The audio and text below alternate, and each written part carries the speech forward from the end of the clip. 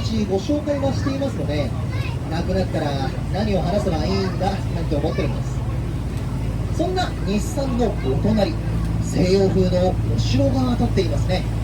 よく日産の社屋ですかなんてご質問いただきますが、何でもありません。横須賀市のゴミ処理場なんです。ちょっと意外ですよね。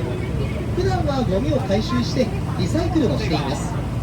行うリサイクル、年齢などを問わず興味が持ちやすいよう